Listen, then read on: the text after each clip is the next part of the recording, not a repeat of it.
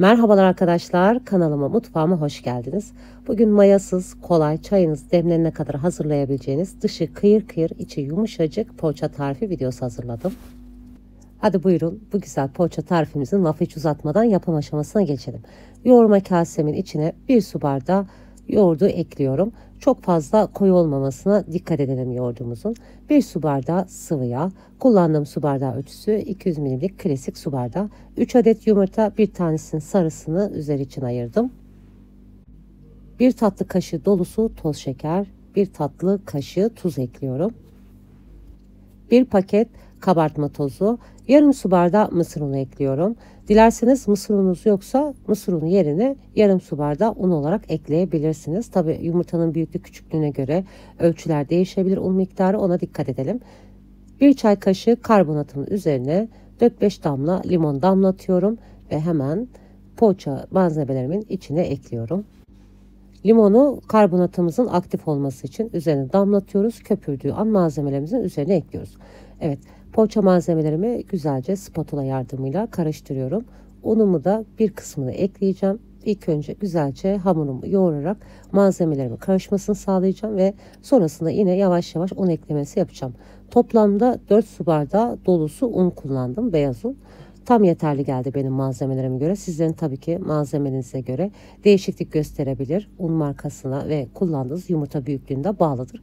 O sebeple benim verdiğim un ölçüsüne göre değil, hamurun kıvamına göre un eklemesi yapmaya özen gösterin. Mısır unu hamura yoğurdukça birazcık şişme yapar. İlk de size yumuşak gibi gelir hamur ama biraz yoğurun. Eğer tekrardan çok yumuşaksa o aşamada un eklemesi yapın. Bakın ben hiç un eklemedim ayrıyetten. Biraz yoğurduktan sonra hamurum çok güzel toparlandı. Üzerinde poğaçaya eklemiş olduğum sıvı yağ bardağın dibinde biriken yağı da ekliyorum. Hamurumu güzelce toparlayacağım. Hamurumun yumuşaklığını da sizlere göstermek istiyorum. Bu yumuşaklıkta olması çok önemli. Çok sert yaparsanız poğaçanız katı olur. İstediğiniz lezzeti elde edemezsiniz. O yüzden hamurumuzu olabildiğince yumuşak ve bu esneklikte olmasına dikkat edelim. Hamurumu toparlıyorum ve hamur kesme aparatımla bezelere bölüyorum. İlk önce gelişigüzel böldüm ve sonrasında 15 beze olarak elimin içinde yuvarlayarak ayarladım. Tabii ki sizler dilerseniz poğaçanızı daha ufak veya daha büyük yaparak beze sayısını azaltıp çoğaltabilirsiniz.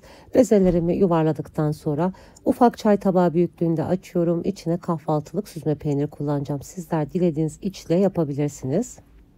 İç harcı olarak kıymalı, patatesli, kaşarlı, sucuklu, zeytinli olarak yapabilirsiniz. Hepsinde ayrı lezzetli oluyor. Tekrardan gösteriyorum. Ufak çay tabağı büyüklüğünde açmamız yeterli.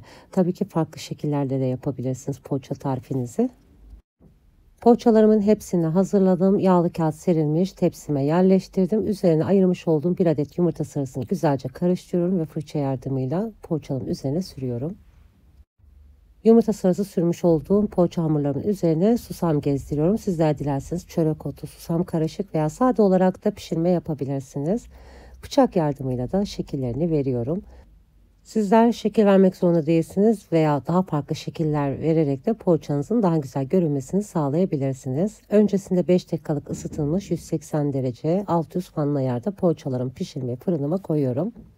Her zaman da belirttiğim gibi benim fırınımda alt üst fanlı ayarda poğaçalarım çok güzel pişiyor. Tabii ki sizlerin fırınınız hangi ayarda daha güzel pişirme yapıyorsa lütfen o ayarda pişirmeye özen gösterin.